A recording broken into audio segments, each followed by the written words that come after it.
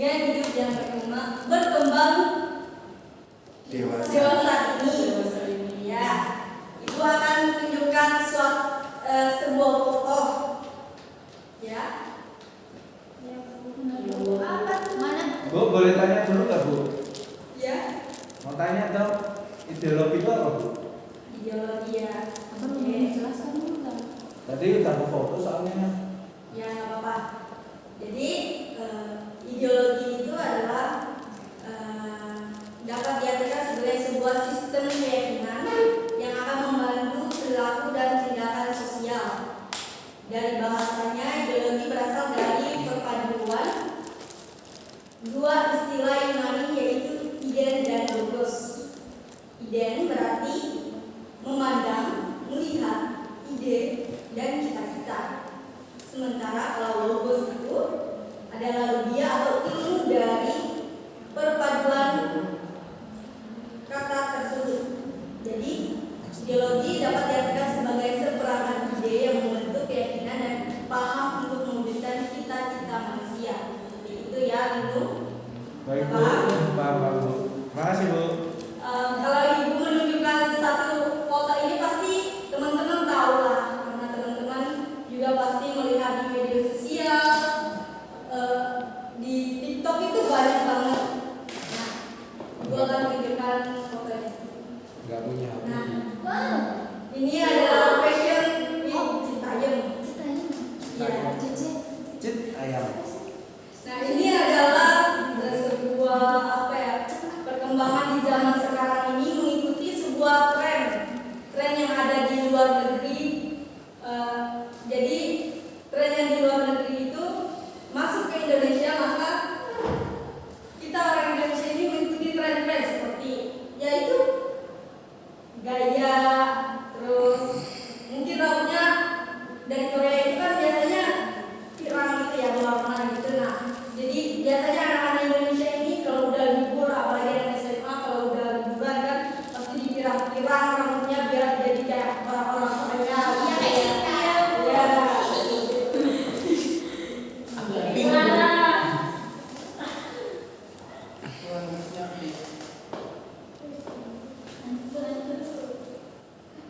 Setelah kita melihat dari gambar itu, Ibu akan menampilkan sebuah artikel yang dimana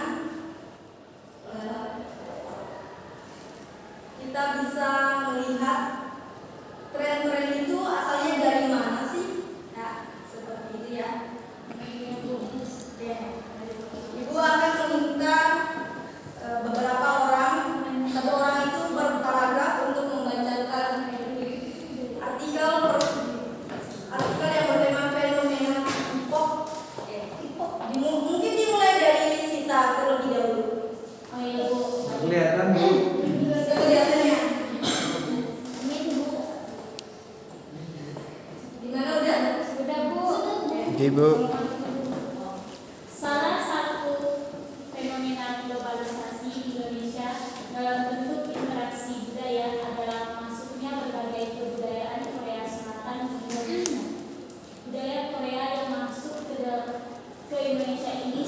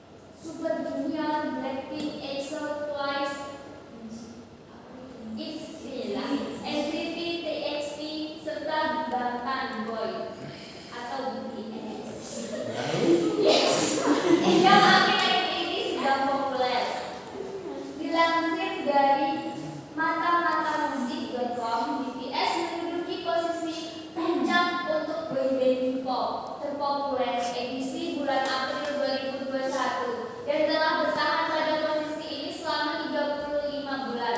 Boyband ini juga memiliki perkumpulan fans yang sangat besar. Ya, Bahkan cukup cakupannya hingga tingkat internasional yang disebut dengan ARMY atau Adorable Representatif. Dilansir dari kompas.com, sebutan ARMY diresmikan pada 9 Juli 2013 silam sebagai nama fandom BTS. Ya.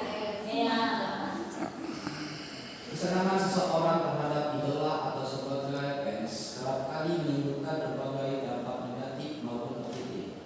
Fans seringkali dihubungkan dengan asumsi bahwa mereka berkaitan erat dengan fanatisme. Menurut Putali dan Prasiti 2019,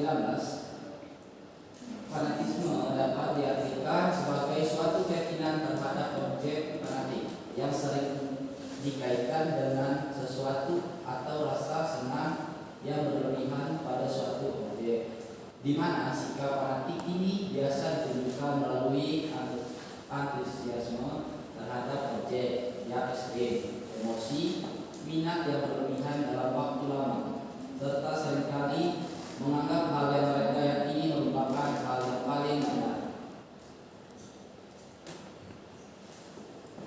Daya. Ya, Bu.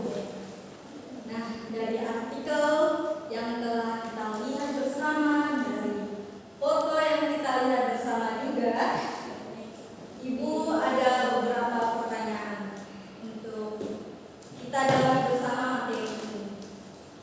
Nah, pertanyaannya ada 3 ya teman-teman.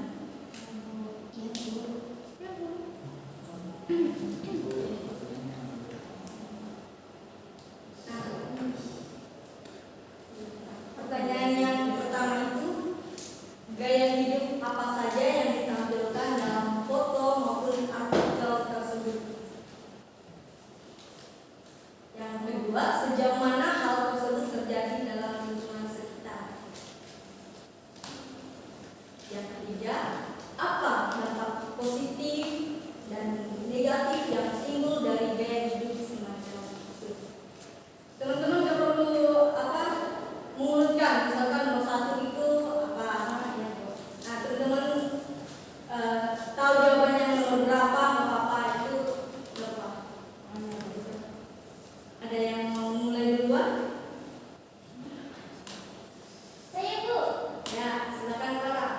Tadi pengamatan saya dari foto sama artikel tadi itu gaya hidupnya seperti makanan, lagu, terus rambut, terus cara berpakaian itu meniru Korea, Iya. K-pop.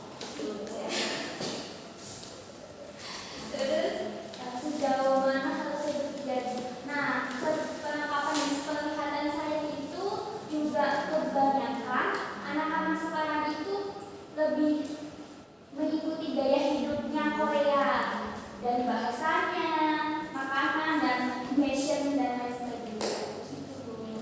ya, betul sekali ya anak-anak, teman-teman, betul sekali bahwa anak-anak di zaman sekarang ini mudah tergiur dengan hal yang apalagi yang namanya tren ya. Ketika lihat penampilan, apalagi penampilan-penampilan yang dari luar, dari misalkan dari Korea itu,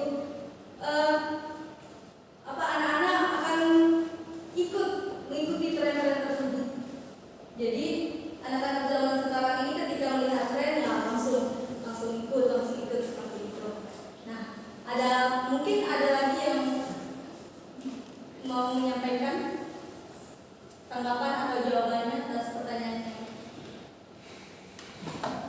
Ditampilkan. Siapa silakan. Aku nomor 3, Bu. Nomor 3, oke silakan. Kalau nomor 3, Bu, kalau dampak positifnya itu jadi anak-anak itu tidak ketinggalan zaman, Bu. Jadi mereka tetap update, bisa tahu bagaimana perkembangan dunia luar, Bu. Misalnya Korea sendiri. Kemudian juga dapat belajar banyak hal, Bu. Misalnya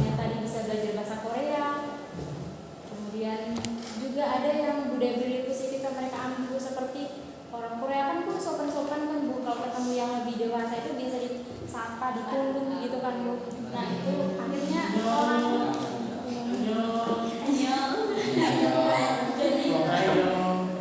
jadi anak-anak itu jadi akhirnya gara-gara nonton drama itu Bu, jadi kayak orang tunduk, akhirnya kalau mereka sama orang dewasa jadi tunduk juga sopan gitu kan Bu. Nah kalau dampak negatifnya sendiri itu Bu, hilangnya apa ya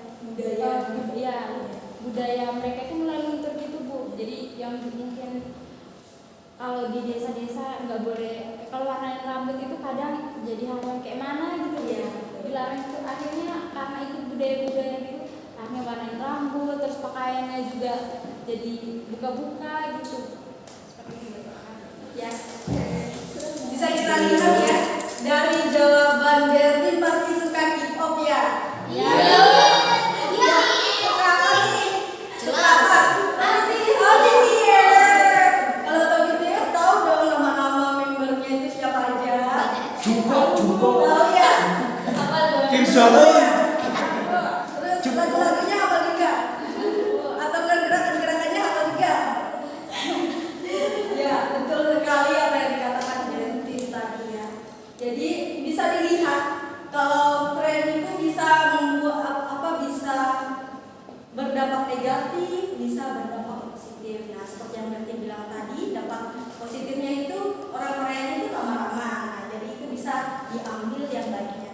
Yang buruknya tadi ya itu budaya Indonesia itu akan luntur kalau kita terus mengikuti tren yang ada di luar negeri. Oke, nah teman-teman kita sudah melihat gambar dan artikel. Oh iya, aku lupa. Ibu lupa. Aduh, masih. Jadi kalau teman-teman nggak tahu, BTS itu ini ya guys. BTS itu ini ya teman-teman. Apa guys? That's all SMA. Hey guys. Ya itu juga sebagian dari tren ya teman-teman. Guys itu tren. Iya. Jika ini anak-anak SMA, SD, apapun itu anak-anak muda selalu bilang guys kayak gitu. Itu sebagian dari tren. Tapi oke juga nggak apa-apa Bu. Dari BTS boleh nggak? Ini BTS. Waduh, BTS. EXO nggak ada. Itu biasa aja. Bu, EXO nggak ada. Saya EXO nggak pacaran. tolong jangan diskriminasi yang para cowok Bu. Itu biasanya para cewek-ceweknya Kami anti Bu. fans sama BTS ya. Pacaran Aku nontonnya Azab Bu. Indosiar. Nah, kalau dibedain sama orang Indonesia, Kamu nih yang pesan benci tayang Bu. Bermasyarakat Bu. Ya Bu, lebih bermasyarakat. Oke, baik teman-teman. Karena kita telah melihat artikel, telah melihat gambar yang telah Ibu berikan di PPT itu, sekarang kita lebih dalam lagi melihat ke dalam kitab suci. Nah, Ibu akan meminta satu orang untuk membacakan. Siapa yang mau? Oke, silakan Ibu. Itu. Hendra Bu.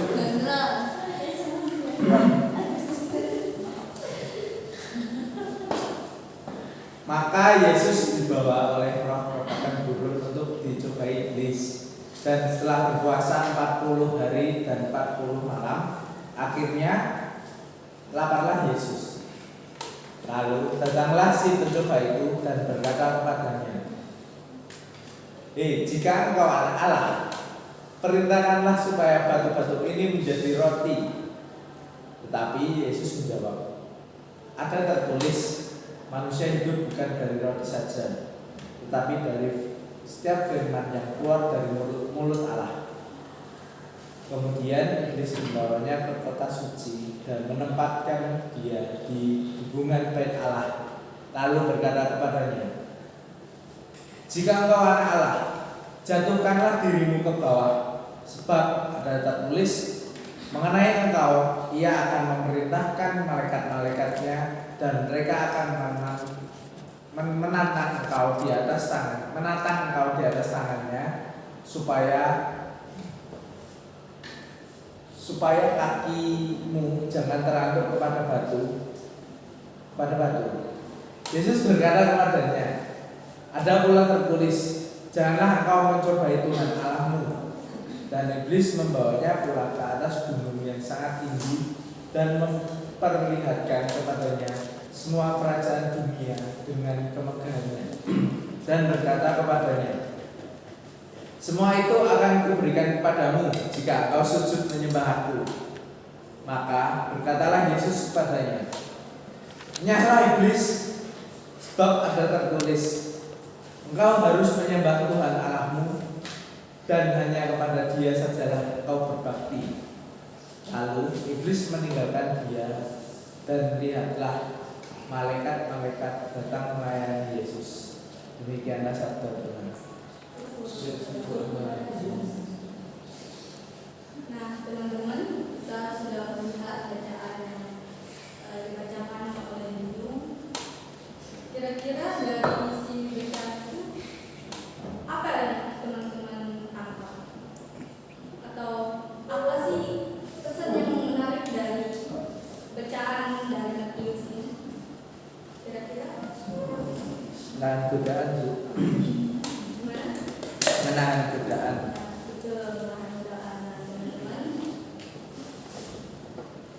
Berhadapan dengan ideologi dan gaya hidup pada zamannya, Yesus memberikan teladan yang cukup jelas. Sepanjang hidupnya, Yesus bertemu dengan berbagai orang yang menganut macam-macam ideologi dan aliran. Misalnya kaum Farisi, kaum Saduki, dan kaum Zelot. Dalam menghadapi berbagai ideologi dan aliran tersebut, Yesus sudah memiliki sikap kritis. Yesus tetap pada pilihannya atau pada opsinya, yaitu kerajaan Allah. Yesus juga pernah dihadapkan kepada berbagai tawaran yang menggiurkan, yaitu tadi tawaran dari iblis. Seperti jaminan sosial, ekonomi, kekuasaan, dan kesenangan. Tetapi Yesus tetap menolak. Dia tetap pada pilihan, tetap pada opsinya. Yesus tetap pada mewartakan dan memberikan kesaksian tentang kerajaan Allah. Nah, teman-teman, berbicara tentang gaya hidup. Gaya hidup itu kebutuhan sekunder manusia yang bisa berubah bergantung zaman atau keinginan seseorang untuk mengubah gaya hidupnya. Gaya hidup bisa dilihat dari cara berpakaian, kebiasaan, dan lain-lain. Gaya hidup bisa dinilai relatif tergantung penilaian dari orang lain. Gaya hidup juga bisa dijadikan contoh dan juga bisa dijadikan hal tabu. Contoh gaya hidup yang baik itu seperti makan dan istirahat secara teratur. Terus makan makanan 4 sehat 5 sempurna.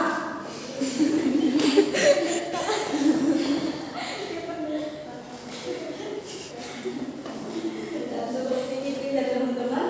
Iya, Bu. Ya, yang dua contohnya. Oke. Nah, teman-teman, materi pada hari ini telah selesai. Maka telah selesai. Indung. Materi pada hari ini telah selesai. Semoga materi yang telah Ibu berikan, telah Ibu jelaskan tadi, berguna bagi kalian dan bermanfaat bagi kehidupan kalian sehari-hari. Maka teman-teman, kalau kita melihat tren-tren zaman sekarang ini, janganlah kita mudah tergiur. Kita harus tetap seperti Tuhan Yesus yang tidak mudah tergiur. Dia tetap pada pilihan, tetap teguh pada pilihan. Tuh, gak Itu biasa kerajaan biasa. Allah. Seperti itu ya teman-teman. Iya Bu. Iya Bu. Bu gak ada PR, Bu? Ada PR nggak Bu? Gimana? PR. Ada PR nggak? Nggak ada untuk kelas ibu nggak ada PR.